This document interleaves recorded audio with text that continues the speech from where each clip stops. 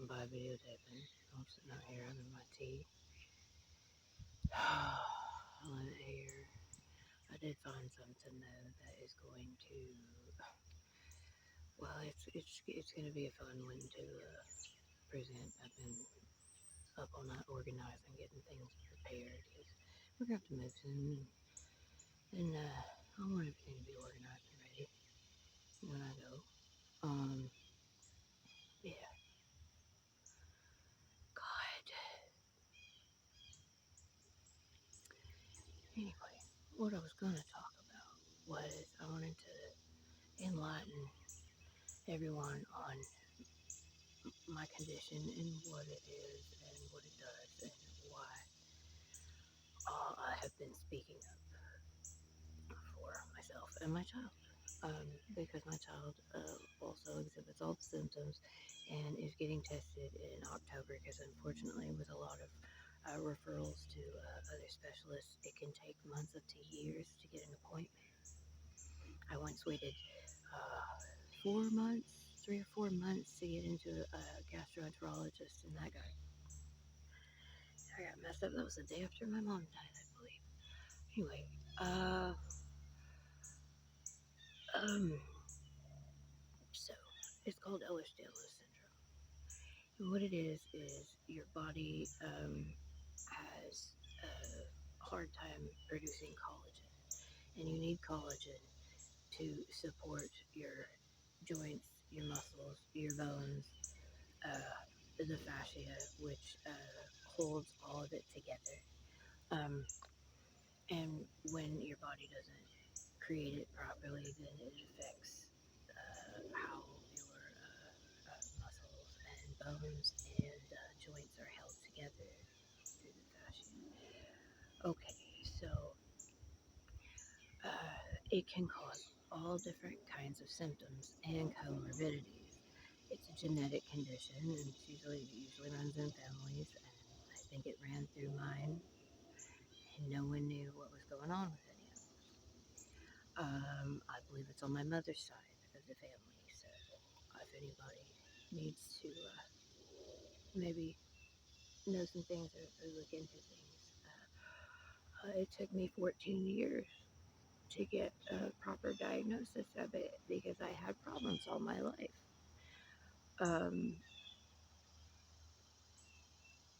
and okay, so there are different subtypes of Ehlers-Danlos. I believe there are 12. I have the hypermobile type. My mother, I believe, had the vascular. Now, with the vascular, that would affect the veins and um, arteries and things, and it would cause them to be looser and more pliable. So you would typically have problems with those things, like with excessive bleeding. It can cause stretchy skin. Um, you should see my boob skin. Sometimes it makes me laugh because it's so weird. It's almost like ball. Never mind. All right. Anyway, so it can cause, and we tend to appear younger than we actually are because our skin is so, you know, soft and pliable. Um, it can cause subluxation and dislocation of the joints. Um, there are a lot of different problems that come along with it. I forgot to tell my doctor because I forgot about this because so much shit has happened. But I have Chiari malformation, and they found that like before, and it, with that, it can cause leaks in your cerebral spinal fluid. Um,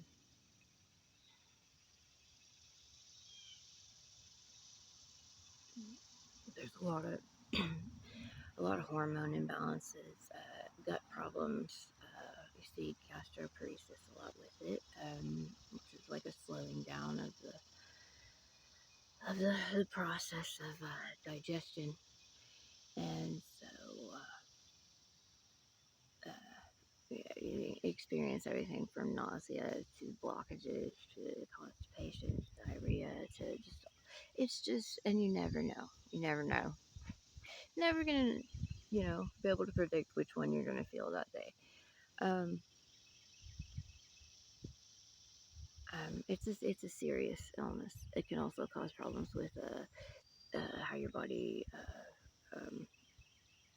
Can't think of words today. Um, how your body. Uh, what's the word? Shit. Metabolizes. Um, things like anesthesia and Novocaine. So when you go to the dentist, you have to tell them because you won't have the same reaction to Novocaine as most people, and you can still feel the pain, and that's happened before. Um, it's a pretty serious thing. There's certain medications you can't take because of it. There's a whole class of antibiotics that can cause mitochondrial um, damage. So there's all, and they gave me like, when they were just gaslighting the shit out of me, they gave me 24 different antibiotics, 24 within like a year and a half. Um, some of those were in that class. I mean, chronic illness is a wild fucking ride, and people do not understand, and they do not give a shit. They do not care, and it's really sad because if you look fine, you're fine. Everything's surface level, so people treat you like shit because you look like you're fine. You look like you're milking everything, and you can tell them over and over again what you have. And if they don't bother to Google it or give a shit, they're not going to care. They're not going to educate themselves about it. You're just a dredge on society. When in actuality, my shoulders dislocate when I put my coat on. Imagine pushing a cart with 120 pounds of food down a hill.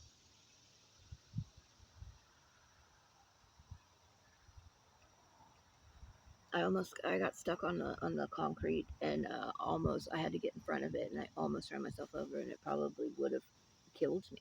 I don't it would have, and it did dislocate my elbow, and then I pushed it back in, and everybody just like,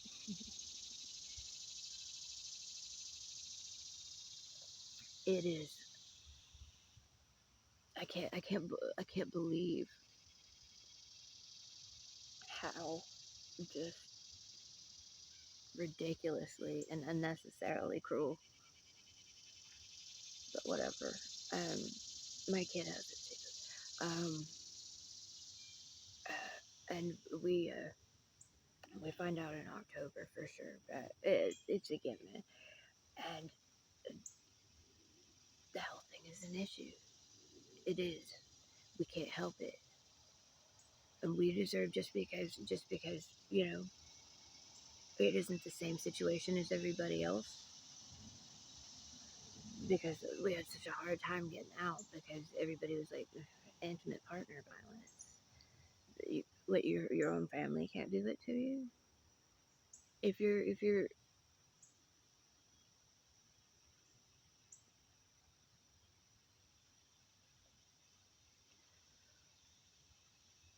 own family is what starts it, man.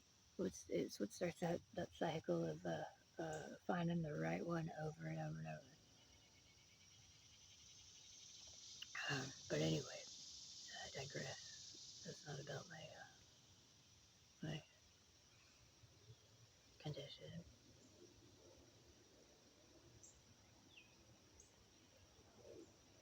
And what's funny is it was one of the first ones I learned about, and I never even like thought that could be the one.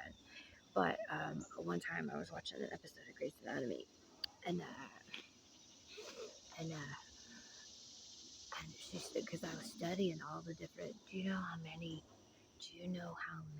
chronic illnesses and autoimmune diseases there are, son? And I learned about everyone trying to figure out what the fuck was going on with me because it was crazy. I was real sick there. And just like how you get treated trying to just seek help for anything. It's like they always tell you reach out, don't be afraid to ask for help. And every time I have, I've been fucking highly disappointed. That's why I don't do it. That's why I'm so hyper independent. It's not that I don't want to let people in. It's not that I don't want to, have relationships with people. I just keep seeing who they are, and I'm not putting up with that. That's what I got. We're not doing that here. That's not who this is. That's not who y'all made me. Are you kidding? Mm-mm. No. I'll be alone if I have to until I find the right people that I can trust around what's mine. I've learned the hard way, and it shouldn't be like that. And I don't want to be like that. But I have this. We both have this condition that I have to constantly be on top of and take care of for both. Make sure we're both okay. And I should be able to, but I certainly don't feel like I can now. And this is why. I'm trying to say this, and I've said this, but they're not hearing this. This is what our condition is. They're seeing this, and they're thinking, no, I'm not. Well, first of all, I'm trying to set us up for the rest of our lives. Do you think I want to live on disability forever? Shit, I know what I got. I know I'm talented. No. I'm in the, not in the math business, Jesse. I'm in the empire business. But I'm kidding.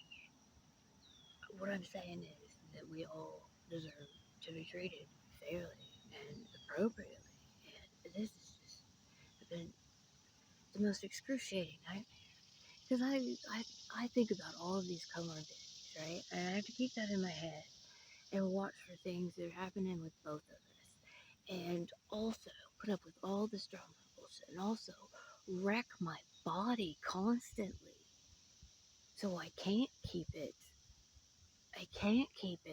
together because this is tearing my body apart. And nobody hears me. Nobody cares. It's just more and more and more and more and more trauma. And you guys have to stop. If you want this, I'm not trying to, this is what I'm dealing with here. And I'm telling you, but you're not hearing me. So if I have to get somebody to hear me, somebody to hear all of us. There's so many chronically ill people that I'm meeting that are going through these things, and it's fucked up. Nobody should have to deal with this. It was a mass disabling event that just happened, and nobody's even concerned so everybody's in such denial, and their priorities are so fucking warped. We need, if if you want capitalism to run, like all of you desperately act like you do, then we have to build better foundations for people. All people. You know what I mean? You start from the bottom up. You give them the best. You build them up, and they in turn can fucking rock out, uh, keeping the global economy going with their cocks out. You know what I mean? That's a pipe dream. But at least I'm planting the seeds. I don't know what, you know. I know on here there's a lot of other people who are, and I'm proud to be a part of it and to know them. And like, there's some cool shit going on. I don't want to be stagnant and stuck anymore. Because I found out through having this illness that life is very short. I just lost my mom a year ago, and and yeah, this next week. I still haven't gotten to grieve that yet because that's mental illness. So I have to hold it in until I get the fuck out of here. And then I can properly grieve all the deaths I've suffered and losing her home and being thrown out of the community. see what the fuck happened. And I don't get time to think about that so I can heal it so that I can properly build that foundation. Because I'm constantly having to fight off threats in a place where I should not be. And I just, oh wait, I have to read something maybe later that I found. It's just like, what are you saying? So,